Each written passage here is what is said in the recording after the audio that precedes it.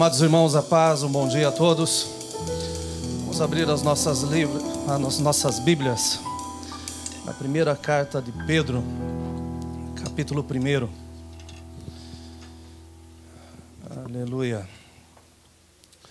A todos os visitantes presentes e aos irmãos que estão nos acompanhando pela internet, nós desejamos que esse tempo seja um tempo único na sua vida, que a bênção do Senhor os alcance em nome do Senhor Jesus. Amém. 1 Pedro, capítulo 1, a partir do verso 1. Amém.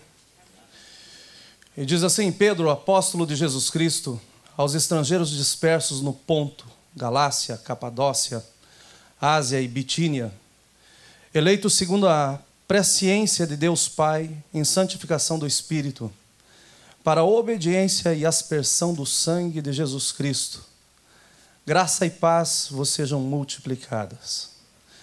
Bendito seja o Deus Pai de nosso Senhor Jesus Cristo, que segundo a sua grande misericórdia nos gerou de novo para uma viva esperança, pela ressurreição de Jesus Cristo dentre os mortos, para uma herança incorruptível, incontaminável, e que se não pode murchar, guardada nos céus para vós, que mediante a fé estáis guardados na virtude de Deus, para a salvação já prestes para se revelar no último tempo, em que vós grandemente vos alegrais, ainda que agora importa, sendo necessário que estejais por um pouco contristados com várias tentações. E o versículo 7. Para que a prova da vossa fé, muito mais preciosa do que o ouro que perece e aprovado pelo fogo, se ache em louvor e honra e glória na revelação de Jesus Cristo. Amém? Senhor, nós pedimos que a Tua palavra fale conosco, que nós possamos absorver, Senhor, a Tua palavra como uma esponja, Senhor, absorve a água. Que ela venha, Senhor, a trazer mudanças nas nossas vidas. É o que nós pedimos no nome amado de Jesus Cristo. Amém. Podemos nos assentar, meus irmãos. Existem alguns livros na Bíblia que quando nós lemos parece que é uma outra língua que estão falando. O português é um pouco mais aprimorado e às vezes parece que a gente tem um pouco de dificuldade de compreender até mesmo o português. A carta de Pedro é uma destas. É uma riqueza muito grande. Mas nós temos que ler e pedir a orientação do Espírito Santo para que nos acompanhe na leitura e nos esclareça na leitura. Essa manhã eu despertei bem cedo e comecei a pensar em algumas coisas e, na verdade, eu nunca pensei que chegaria o tempo de tentar explicar para a geração seguinte a importância daquilo que nos era familiar em nossa infância e adolescência. Vou explicar para vocês com exemplos muito simples.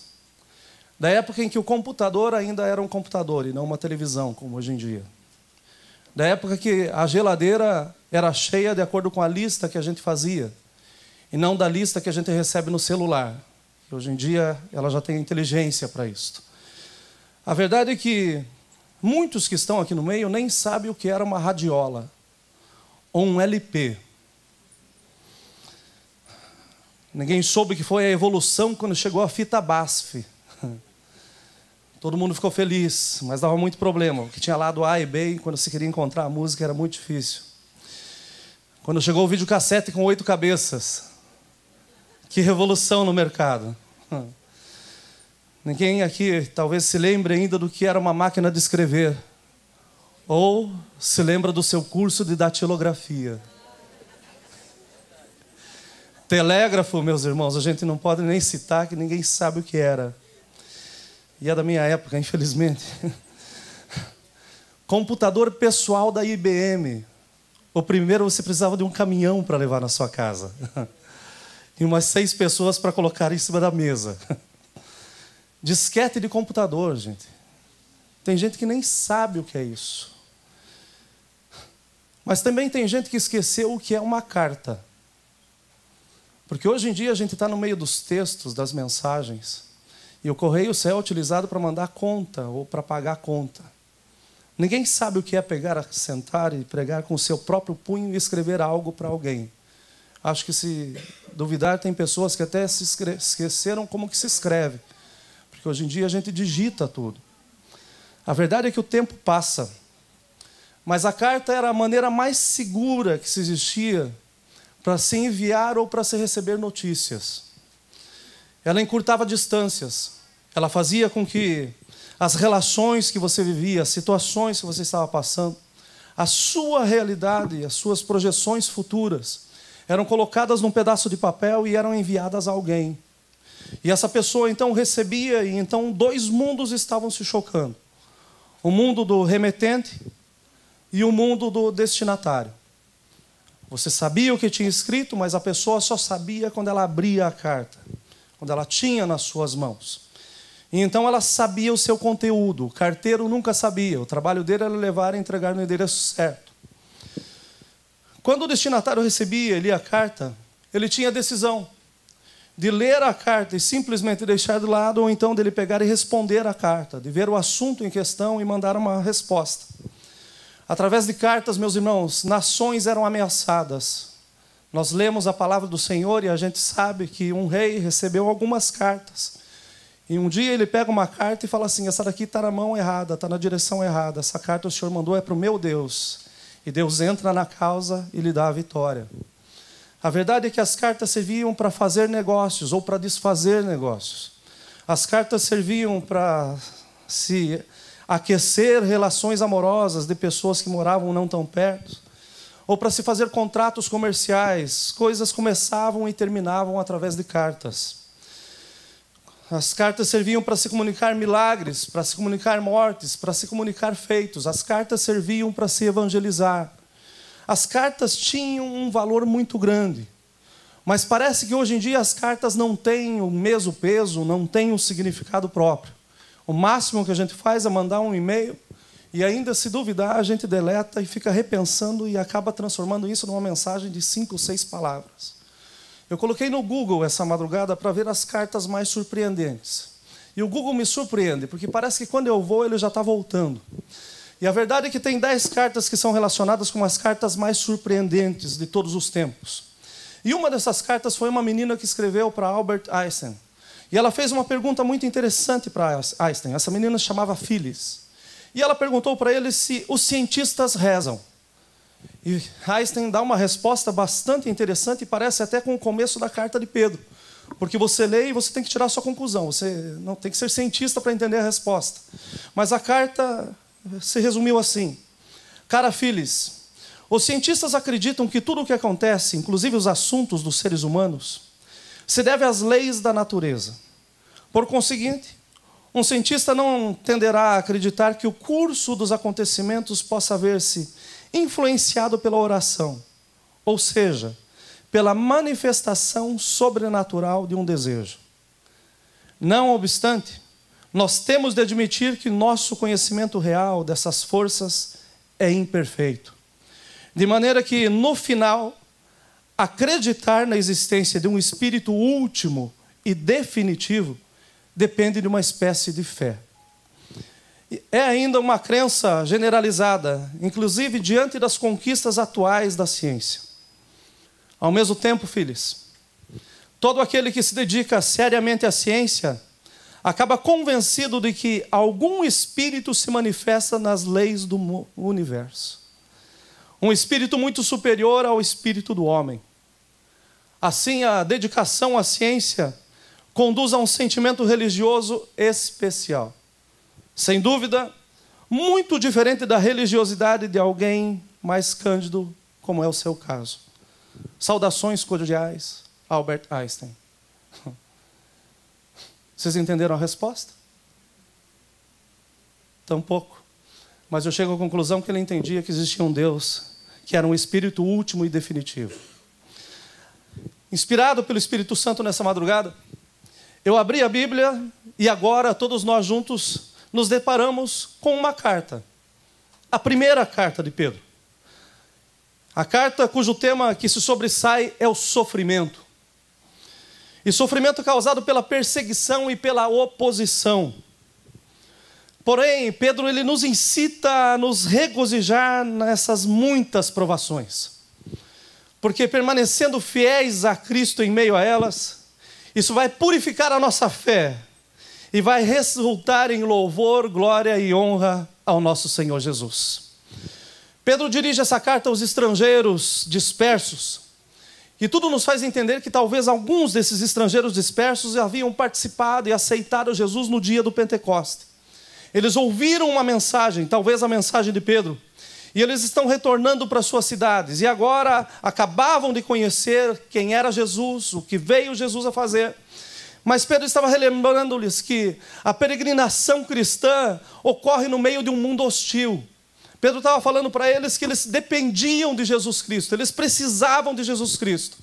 Esse mundo no qual eles viviam, eles só podiam esperar a perseguição. Não existia outra alternativa, não existia outra possibilidade a não ser essa. Aceitaram a Jesus, decidiram ir na contramão do sistema, decidiram ir a favor daquele que é o único que leva até o céu, mas o mundo que os rodeava era um mundo completamente hostil.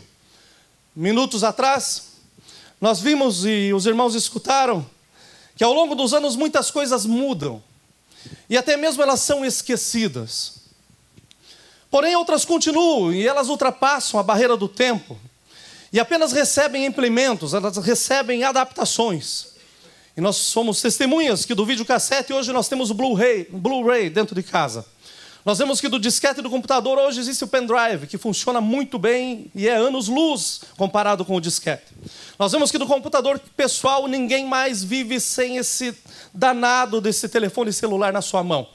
Você tem todas as informações do mundo na palma da sua mão o tempo que você quiser. Desta mesma forma, a perseguição dos santos. A perseguição dos santos não estava restrita à carta de Pedro, àqueles irmãos que tinham conhecido a Jesus. Mas a perseguição dos santos continua e ainda hoje é real e está acontecendo no nosso meio. A verdade é que as formas que o inimigo trabalha não são a mesma, mas a perseguição sim é a mesma. E ele persegue aqueles que são amigos de Deus, aqueles que decidem viver e que foram chamados para viver com Cristo. Na época de Pedro, a perseguição era física. Hoje a perseguição ela é psicológica, a perseguição ela é cultural, a perseguição ela é social. A perseguição está em todos os segmentos. Nós estamos sendo perseguidos. E o que me preocupa é que acima de todas essas coisas, acima da perseguição, é que muitas pessoas estão desapercebidas com relação a isso. E algumas estão até mesmo adormecidas. A perseguição continua de uma forma muito acentuada. E segundo o que nós lemos a palavra do Senhor, ela vai piorar e muito. E isso não me preocupa, porque no final da história nós sabemos que os vencedores são aqueles que permanecerem guardados no Senhor Jesus Cristo. Nós sabemos que as coisas não vão melhorar como tantos esperam. Mas para nós que esperamos no nosso Salvador, a redenção da igreja, que esperamos ser arrebatados com Cristo, eu tenho certeza absoluta que ainda que o mundo piore de dia a dia, o nosso coração deve ferver para sabermos que o Senhor está voltando e nós estamos indo para casa. A perseguição, segundo Pedro, não era para os crentes se assustarem, mas era para eles entenderem que era a prova da vossa fé. E ainda hoje é a prova da nossa fé. E Pedro diz que ela é mais preciosa do que o ouro que perece e que é provado pelo fogo. E que no final da prova deve resultar em honra e glória na revelação de Jesus Cristo. Eu falo nessa manhã para irmãos que estão sendo perseguidos, para a igreja do Senhor que está sendo perseguida, para a igreja que tem os seus valores morais, para a igreja que tenta viver segundo a palavra do Senhor, segundo a doutrina da igreja, a igreja que está permanecendo nos caminhos de Deus e que o mundo hostil está tentando tragar. E a carta aberta nessa manhã é uma só. Vem direto do Senhor Jesus nos dizendo: permaneça fiel, ser fiel até a morte e eu te darei a coroa da vida. Aleluia, aleluia, aleluia. Essa perseguição ela se apresenta com muitas facetas. Ultimamente nós temos visto que ela tem perseguido as pessoas, os crentes, e não somente os crentes, a ponto de pessoas pensarem em separação e em divórcio. Mas a carta aberta do Senhor é essa: permaneça fiel, porque Ele continua trazendo mudança dentro dos relacionamentos. Perseguição que está sendo dada às vezes pelos nossos chefes, pelos nossos clientes, que às vezes nos diminuem, que às vezes nos arrasam, que às vezes fazem com que a gente se sinta menos do que nada. Mas a palavra e a carta aberta do Senhor é essa: permaneça fiel, porque aquele que se abate, o Senhor mesmo exalta. No tempo do Senhor as coisas mudam. Perseguição que por tantas vezes está sendo vivida dentro de casa, mas o Senhor é o Senhor da casa e Ele traz mudança ainda hoje. Perseguição para aqueles que estão tentando e estão vivendo, querem um relacionamento com alguém, mas vivem em meio a relacionamentos doentios. Então a carta aberta de Deus hoje é essa: permaneça fiel, e Ele vai curar o relacionamento, porque Ele é Deus. A verdade é que as pessoas não precisam de homens na vida, nós precisamos é do Filho do Homem, e Ele está aqui disposto a mudar a nossa caminhada. Aleluia. Assim como toda carta, toda perseguição tem conteúdo, toda perseguição tem remetente, toda perseguição tem destinatário. Nós sabemos que a intenção do maligno é a nossa destruição. E parece que ele está quase conseguindo vencer uma batalha, mas ele nunca vai vencer a guerra. Aquele que conhece a palavra do Senhor sabe que o nosso Senhor Jesus está voltando, triunfando, e nós estamos em vitória. Ainda que pareça que estamos perdendo, meu querido, espera o Senhor chegar e você vai ver a mudança na história. O inimigo está tentando conseguir vencer uma batalha. E é através da nossa reação, quando nós abrimos as cartas. Quando chega a perseguição, quando chega a luta, quando chega a prova, a nossa reação está falando muito alto. A semana passada eu dei um testemunho para os irmãos que estavam na sexta-feira, porque há 8 anos atrás eu recebi uma carta que me abalou, realmente me assustou. E quando eu abri a carta e li o problema, eu falei: deixa eu ligar para alguém, preciso que alguém ore comigo nesse momento. E quando eu ligo, antes de eu ligar, eu abri a palavra do Senhor, é claro. E essa carta era uma carta do imposto de renda que estava dizendo que eu tinha que pagar uma multa de $60 mil. Meus irmãos, eu não tinha e não tenho esse dinheiro. Mas quando eu abro a palavra do Senhor, eu falei: eu quero um milagre, Senhor, faz a pagar. O Senhor tem borracha, paga isso. Foi um erro que o contador tinha feito, se acumulou durante os anos, e quando chegou a assinatura era minha, não teve jeito de correr atrás. Foi um erro, mas eu era responsável pelo erro. Vou orar, abro a Bíblia, está lá um texto: quando o espírito do governador se levantar contra ti, não se apresse para sair de diante dele. Meus irmãos, deu vontade de fechar a Bíblia e procurar uma outra. Mas eu falei: não, deixa eu ligar para alguém para orar comigo. E eu ligo para um pastor amigo, e quando eu ligo, cai na secretária, e a secretária dele estava com uma mensagem maravilhosa: se o espírito do governador se levantar contra ti, não se desespere em sair de diante dele. Meus irmãos, comecei a orar, comecei a pedir a Deus um escape. E o escape foi que me parcelaram isso daí com prestações suaves de $1.135 por mês. E eu vou falar para os irmãos que cada mês eu tinha que fazer o cheque, no meu coração vinha, e quando eu ia abrir a boca, eu falava: não, o Senhor tem me dado condições, eu vou fazer, o Senhor vai me ajudar. Até o final, isso daí, o Senhor vai me abençoar. E para a glória do Senhor Jesus, eu subo no púlpito sabendo que eu sou débito free. Acabou os $60 mil para a glória do Senhor Jesus Cristo. O Senhor sustentou, não faltou pão, não faltou água, não faltou roupa, não faltou alegria, não faltou, porque o Senhor estava presente. Então, ainda que o inimigo tenha tentado se levantar com a carta boa que eu trago é essa: o Senhor deu força, vida e sustentou até aqui, e vai continuar fazendo, porque Ele é Deus. Aleluia. Mas qual que é a reação quando a gente recebe uma carta como essa? Qual que é a reação quando chega a oposição? Qual que é a reação que nós temos quando chega a perseguição? E normalmente a perseguição, a oposição, ela traz reações que não são boas. E nós estamos perdendo para o inimigo quando nós lemos as cartas de perseguição. Porque a nossa reação tem sido reação que não traz honra e glória, mas a nossa reação tem sido de reclamação. Quantas vezes por problemas menores nós estamos falando que não está tudo errado, que não deveria ser conosco, somos dizimistas, ofertantes, estamos na casa do Senhor, porque Deus, parece que Deus é injusto. Meus irmãos, Deus conhece a cada um de nós e sabe o peso que nós podemos suportar. Nada que está sobre as nossas vidas não está sobre o controle do nosso Deus. A reclamação diante das provações nada mais são do que insultos direto a Deus, sabendo que é Ele que está no comando. Então chegou o tempo de nós fecharmos os nossos lábios, mas abrirmos o nosso coração. Se estamos em prova, glória a Deus, vamos ser aprovados e o Senhor será glorificado. Se estamos sendo perseguidos, glória a Deus, é sinal que estamos no caminho certo. Não vamos desanimar, porque o fim está muito próximo. O Senhor Jesus está voltando e nós estamos indo para casa. Aleluia! Jesus em tudo foi provado, porém sem pecados. Então nós devemos seguir o exemplo do nosso irmão mais velho, que é Jesus. E em meio à perseguição nós devemos glorificar a Deus.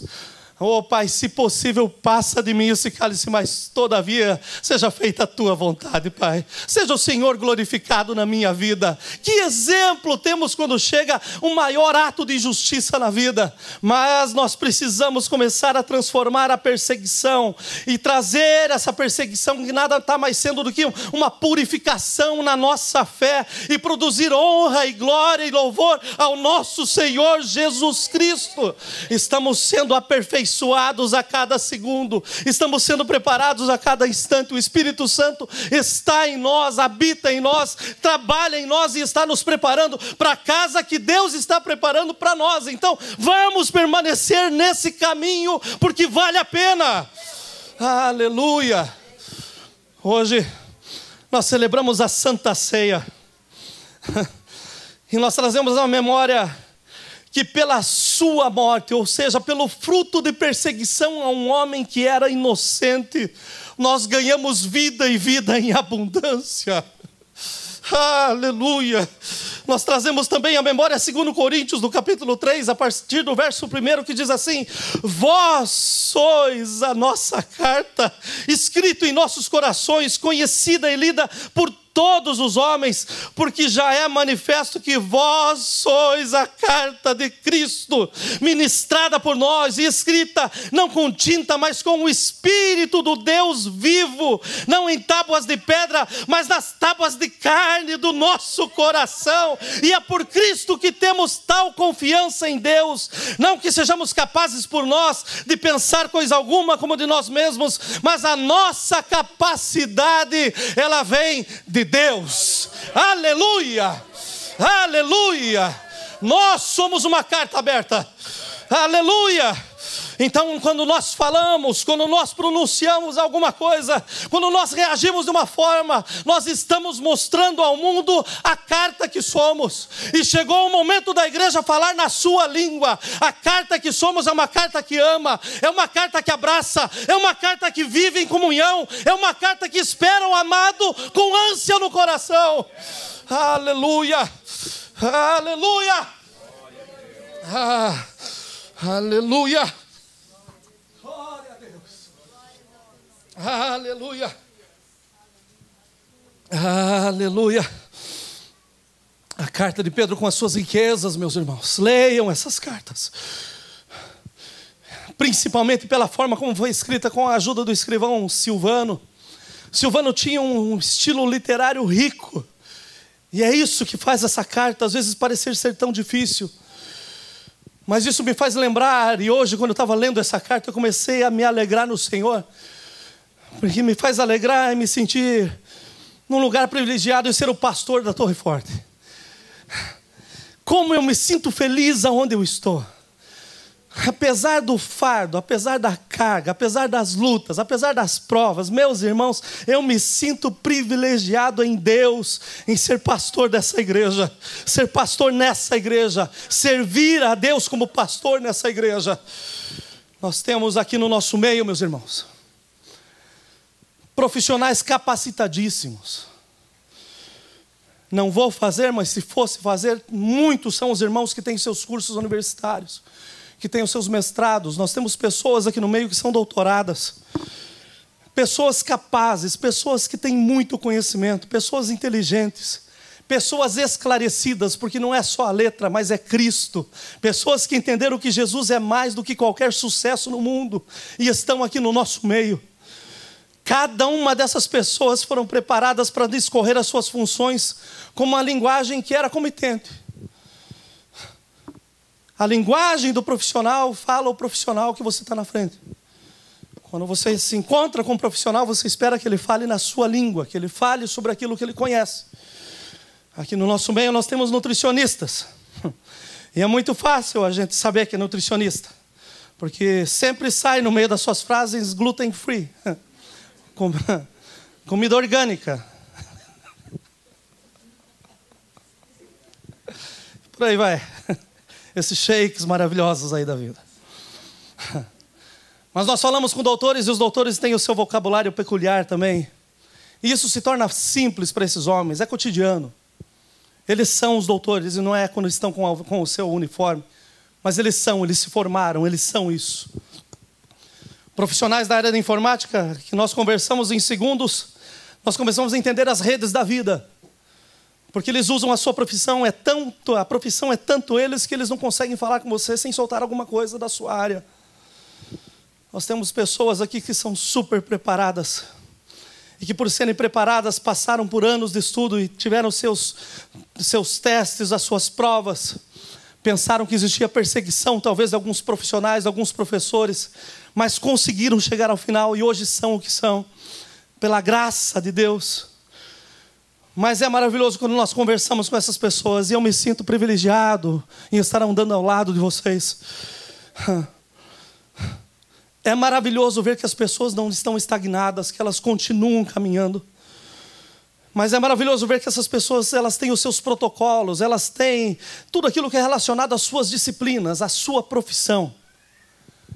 Nós, como Igreja do Senhor, estamos sendo perseguidos. E eu vejo que no meio dessa perseguição, o que está acontecendo é que o nosso vocabulário está sendo afinado. Nós estamos sendo preparados, sim.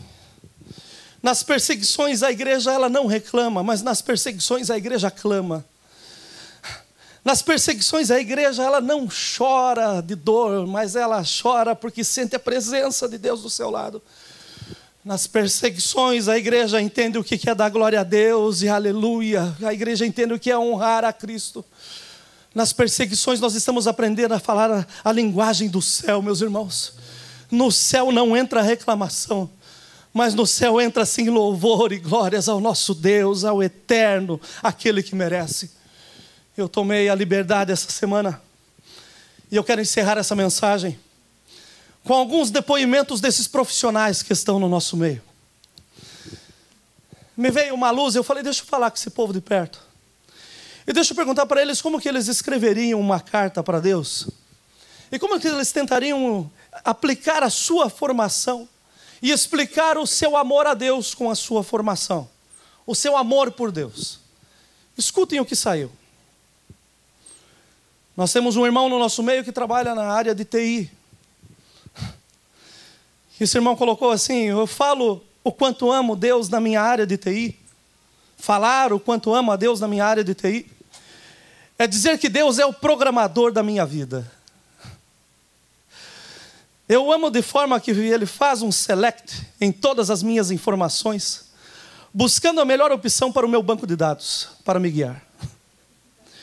Sempre inserindo mais informações através do Espírito Santo dentro de mim. Ele é o trigger do meu sistema que faz o start de todos os processos que existem dentro de mim. Todas as emoções e todos os meus sentimentos. Deus é o schedulador das minhas tarefas.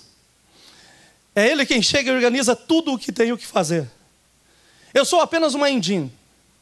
Uma máquina do meu sistema. Uma máquina de estado que conforme as engrenagens são ditadas e programadas por Deus. Deus programa dentro do meu sistema. Ele corrige através do Espírito Santo todos os bugs existentes. Ele aplica o fix quando eu me sinto só, quando eu me sinto solitário. E quando o sistema estopa, Ele vem e repara o sistema novamente. Levando você junto dele no céu. Ele coloca seu programa junto dele em um caminho de luz através de um cabo de fibra ótica. Deus programa tudo aquilo que Ele quer na minha vida. E sempre deixa bons gestores nos guiarem. Jesus é o gerente de projetos mais perfeito que existe. Que mostra tudo como deve ser feito e seguido.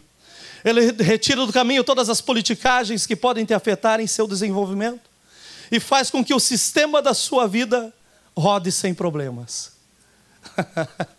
Aleluia. Aleluia. Aleluia. Aí eu chamei uma das nossas enfermeiras e falei: escreve para mim como enfermeira. Fala para mim sobre o seu amor por Deus, ou o seu amor com Deus, ou Deus te amando, escreve para mim. E ela colocou assim: eu sinto o amor de Deus para comigo, através dos sistemas e órgãos que por Ele foram criados. A cada passo dado, a cada batimento cardíaco, em cada pensamento, em cada célula que se divide, ou as células que me defendem de infecções que porventura venham a acontecer, assim é o amor dele, sempre me protegendo e livrando.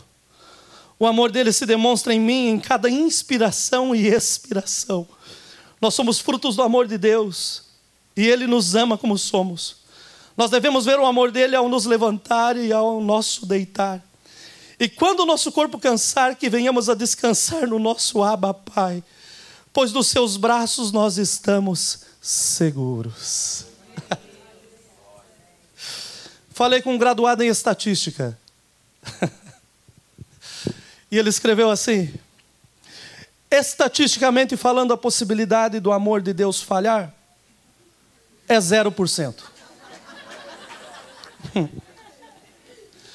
Ou seja, mesmo que você não dê ouvidos à voz de Deus e erre, a chance dele continuar te amando é de 100%. A chance do amor dele não te alcançar, 0%. A chance dele esquecer um filho seu, 0%. Pois mesmo que uma mãe esqueça o filho que ama, ele não se esquecerá de ti. Aleluia. A chance dele ouvir uma oração, 100%. E dele responder essa oração, 100% também. É que às vezes pensamos que ele não responde. Mas como o seu amor é perfeito, a sua resposta também vai ser. E nem sempre é do jeito que nós gostaríamos. Mas fique tranquilo. Pois sabe qual é a chance de um único fio de cabelo cair da sua cabeça sem que ele saiba? 0%. Aleluia. Definitivamente o amor de Deus não cabe em um gráfico estatístico, pois algo infinito não cabe em números. Aleluias.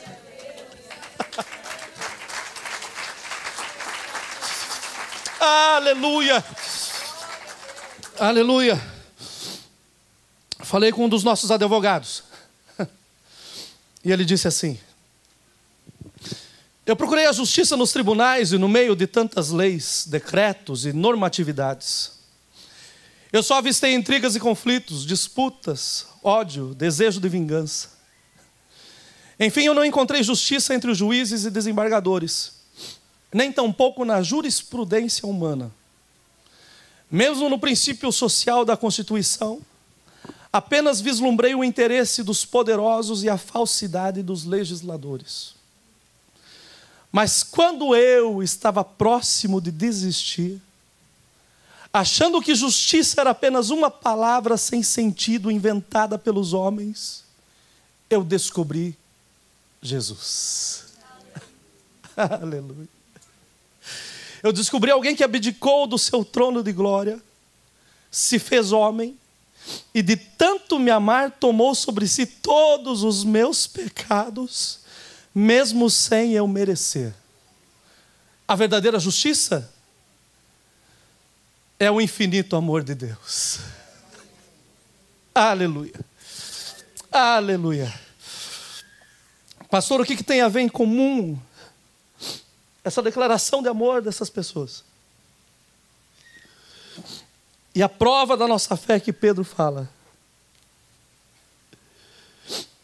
é que todas essas pessoas estão aqui. Todas elas estão sendo perseguidas. Mas não está saindo do coração delas reclamação. Mas está saindo do coração delas a grandeza do amor de Deus. E o quanto elas amam a Deus. Meus irmãos, que nessa perseguição, na prova da nossa fé, a única coisa que vem a sobrar é glória, honra e louvor ao Senhor Jesus Cristo. Estamos aqui é pela misericórdia do Senhor. Ele mesmo tem nos sustentado e vai continuar fazendo com que a gente consiga chegar no final da história. Eu quero terminar aqui, porque a carta de Pedro fala sobre essa perseguição. Fala para os peregrinos, e nós somos peregrinos. Nós não somos somente estrangeiros porque moramos aqui nos Estados Unidos, mas nós somos peregrinos. Porque a nossa pátria, ela se chama Canaã. Nós estamos de passagem. O mundo que nós estamos, ele é hostil. Mas eu queria que você pensasse por um segundo para o lugar que nós estamos indo. Aleluia. Um lugar que não vai ter choro. Um lugar que desconhece a palavra dor. Um lugar onde não habita a tristeza. Um lugar onde não vai haver mais a inquietação, onde não vai haver mais lutas, onde não vai haver mais dificuldades. Mas vai haver o gozo eterno na presença do nosso amado. Eu queria que você pensasse nisso. E pensando nisso, você sondasse o teu coração. E visse se existe alguma coisa que você está falhando. Porque a grandeza de Deus, ela é tanto, as coisas de Deus são tão grandes, algo que Deus está fazendo é tão absoluto para nós, que por muitas vezes nós acabamos até esquecendo que nós não somos daqui. Nós estamos aqui. E quando a gente começa a pensar no céu, a gente começa a entender que nós estamos errando muito na terra. Nós estamos reclamando muito. O Senhor Jesus não reclamou em nada. Ele foi até o fim e foi por amor pelas nossas vidas. Foram pelas suas pisaduras que nós fomos sarados. Foi pela sua morte de cruz que nós temos vida e vida em abundância. Foi pela sua entrega, foi pelo fato dele não ter fugido das provas, das perseguições, que tudo foi consumado. Meus irmãos, vamos olhar o nosso coração, sondar o nosso coração e pedir em Deus para que Ele mude os nossos caminhos e que nós começamos a ser mais gratos a Ele e que nós o amemos cada vez mais, porque Ele merece. A primeira carta de Pedro termina com palavras de afirmação e de amor. E as palavras que falam são essas: e o Deus de toda a graça, que em Cristo Jesus vos chamou à sua eterna glória, depois de haver despadecido um pouco, Ele mesmo vos aperfeiçoará, confirmará, fortificará e fortalecerá. Vamos nos colocar em pés. Aleluia. Aleluia. Aleluia. Aleluia. Eu queria que você abrisse o seu coração ao Senhor nesse momento. Aí é onde você está. Se quiser falar com voz alta, fale. Se quiser falar em espírito, fale com o Senhor agora. Deixe todas as distrações de lado. É você e Deus.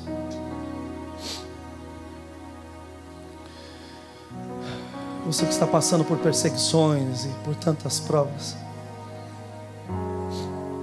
e que infelizmente reage como homem, e depois que você vê, a palavra já foi lançada, a reclamação já existe. Mas eu queria que nesse momento você pedisse perdão a Deus.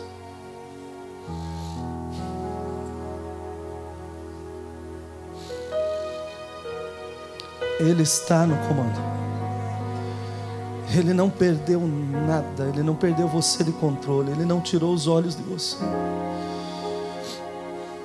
E hoje Ele te dá a oportunidade de você sair dessa casa, ou de você que está na sua casa, começar um tempo novo com Ele. Afinar o vocabulário. Que o teu vocabulário seja honra, glória e louvor a Deus, porque Ele é merecedor. Senhor, nós te agradecemos, Deus.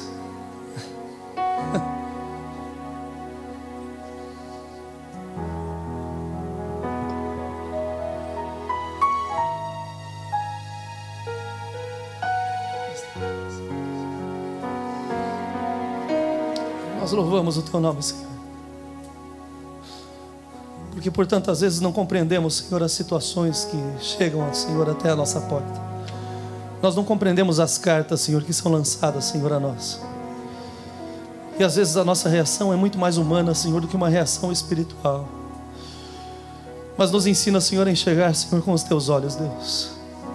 Que toda perseguição, que toda oposição, Senhor, ao chegar a nós, que antes de nós abrirmos os nossos lábios, Senhor, para reclamar, para amaldiçoar, nós abramos, Senhor, os nossos lábios, Senhor, para bendizer a Ti, porque sabemos que o Senhor está nos aperfeiçoando. Nós sabemos, Senhor, que são essas situações, Senhor, que tiram coisas das nossas vidas que não precisam estar aí. Nós sabemos, Senhor, que essas situações que passamos, elas devem contribuir, Senhor, para o nosso crescimento em Ti, para nos aproximarmos, Senhor, de Ti. Senhor, então eu lhe peço que o Senhor mesmo coloque, Senhor, nas nossas mentes, nos nossos corações, um freio, Senhor. Que nós não sejamos precipitados, Senhor, ao falar, Senhor, mas que esperemos em Ti, Senhor, o momento certo para abrir os nossos lábios. E que nós comecemos a nos surpreender, Senhor, com aquilo que vai sair dos nossos lábios, Senhor. Mas que sirva, Senhor, para a honra e glória do Teu santo e precioso nome. Senhor, eu quero te agradecer pelo privilégio que o Senhor me dá de ser pastor, Senhor, nessa igreja e dessa igreja.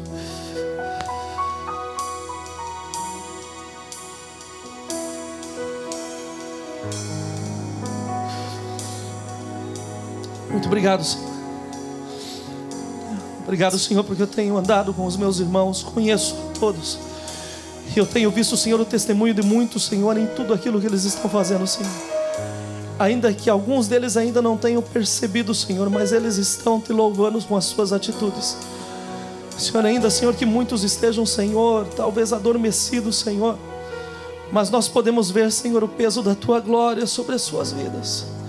São as Tuas misericórdias, Senhor, que tem nos sustentado, que tem nos trazido e mantido em pé, Senhor, até aqui.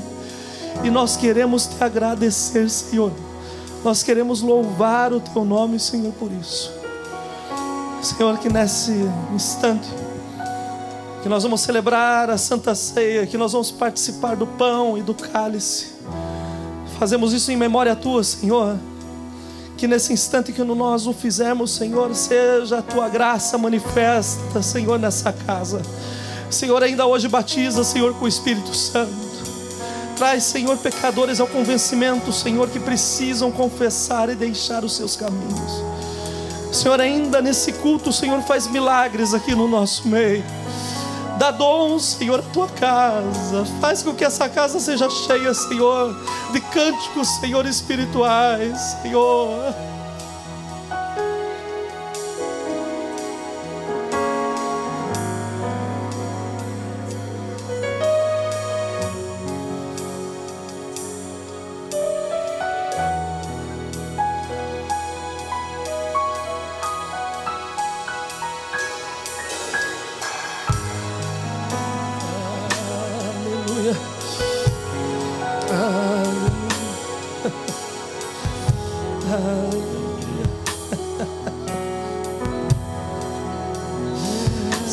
O Espírito Santo tem espaço em nossas vidas.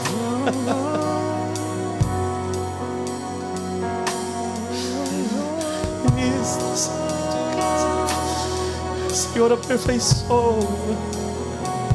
Senhor, nesse momento confirma, Senhor, as muitas dúvidas de um coração, Senhor, inquieto, mas confirma que o Senhor é a resposta que precisa. Aleluia. Aleluia. Senhor, também fortifica, Senhor.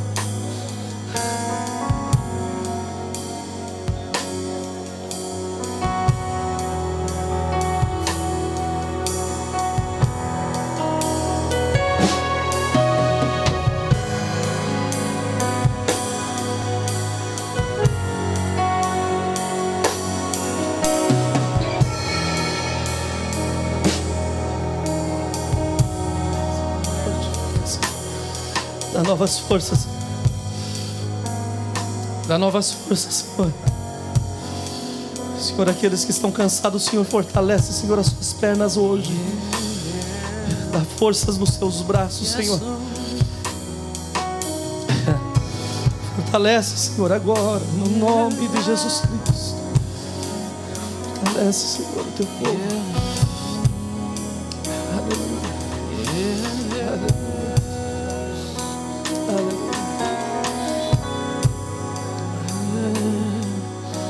Senhor, eu te agradeço uma vez mais. Peço que o teu Espírito Santo ainda ache espaço para fazer muito mais nesse dia. Em nossas vidas, Senhor, e para a tua glória. Tudo o que temos, o que somos, Senhor, que ao ser provado, Senhor, resulte sim, Deus, em peso de glória ao teu santo e precioso nome. Muito obrigado, Senhor. Nós oramos no nome amado do nosso Senhor e Salvador Jesus Cristo. E se você concorda, diga amém.